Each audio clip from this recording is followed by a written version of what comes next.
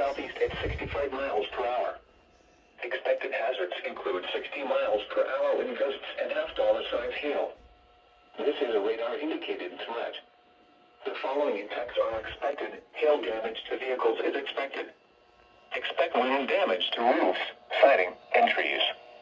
This severe thunderstorm will be near Dodge Center around 7:55 p.m. Mantorville and Castle around 8 p.m. Other locations impacted by the severe thunderstorm include County Roads 1 and 24, County Roads 20 and 5, Oslo, Eden, County Roads 6 and 15, County Roads 6 and 9, and County Roads 5 and 6. For your protection, move to an interior room on the lowest floor of a building.